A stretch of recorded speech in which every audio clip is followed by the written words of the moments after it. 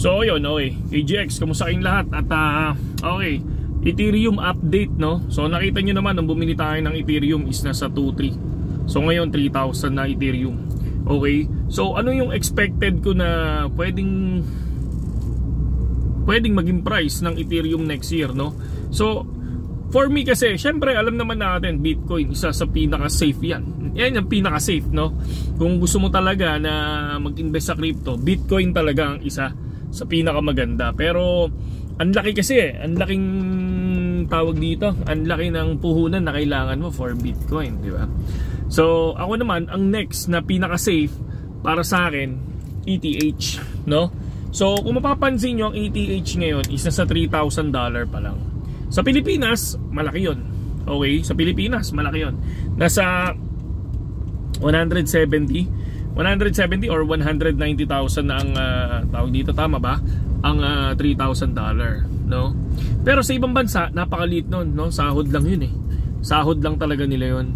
No, kung titingnan natin, if ever na syempre ngayon institution na yung nagtitrade, no? Siguro hindi naman nababalik yan ng $1,000, no? Kasi nung last bear market is $1,000. Kung nakabili tayo ng $1,000, ang ganda sana times 3 na ngayon, no? Pero syempre for me, yun lang yung analyzation ko doon, kasi sa ibang bansa is napakaliit ng $3,000, no? Para sa akin nga yung 10,000 USDT, no, na price ng ETH is mababa pa. Pero nandoon lang ako, no, sa area na yon, yung mga 10,000 sa 5,000 pa nga lang, nandiyan na ako eh. Kasi ang attitude ko kasi, once na nakakita na ako na pwede na ako mag-profit, magpo-profit na ako. Kilala nyo naman ako eh, 20%, 25%, 30% nag-profit tayo eh. Pero syempre, no, titingnan pa rin natin yung pinakagalaw ng market next year. Ang gagawin ko dyan, siguro nakakat na ako ng 5,000 USDT. So titingnan natin kung magpa 5,000 USDT siya, tapos kapag umangat pa siya ng 5,000 USDT, syempre parang mag-aano na ako niyan, magka-cut loss na ako ng 5,000. Pero hahayaan ko pa rin lumipad. Kung sakaling bumagsak ng 5,000 ulit, kung kunyari lang kung bumagsak ng 5,000 ulit, magtitipi na ako, no? Sa akin dumoble lang yung puhunan, okay na eh, diba? And then kung mapapansin nyo, ang Bitcoin, yung 70,000 ngayon, yung 74, 75 is walang nagpa-panic selling. Walang nagpa-panic selling, kundi bumibili sila ng bumibili ngayon. Kaya medyo mataas ang potential ng Bitcoin. Sabi ko nga 110,000 yung sa akin eh, yung mismong hula ko sa BTC.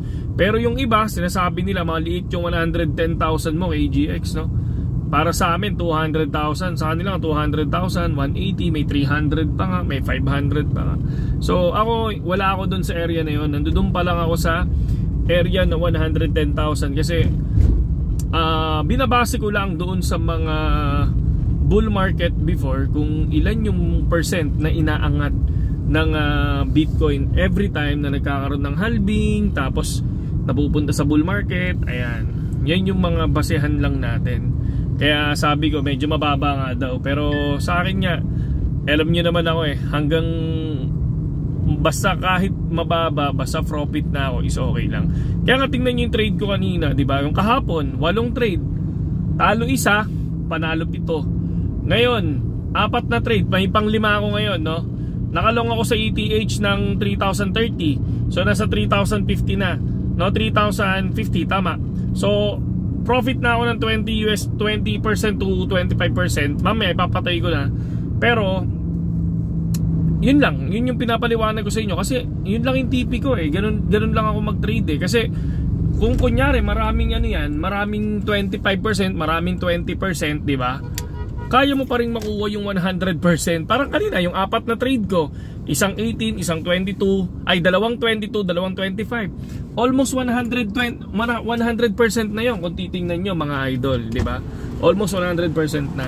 Kaya ako, hindi, yun yung tanong sa akin eh, bakit daw Bitcoin, bakit daw hindi daw ako mag-invest sa Bitcoin, dahil daw alam ko naman daw nalilipad. Sabi ko, dun ako sa kaya ko lang, dun sa ETH. Kasi kapag lumipad ang Bitcoin ng 200%, 100, kunyari 200%, 300%, ang mga altcoins lumilipad dyan ng 1,000%, ganun sila, diba? Kaya dyan ako sa Ethereum, kasi yan yung alam niyo na pangalawang safe sa akin, tsaka mababa pa eh. Kumbaga hindi pa siya yung tulad ng Bitcoin na lumipad ngayon eh. Kasi nung nakaraan, lumipad siya ng 4,000 USDT.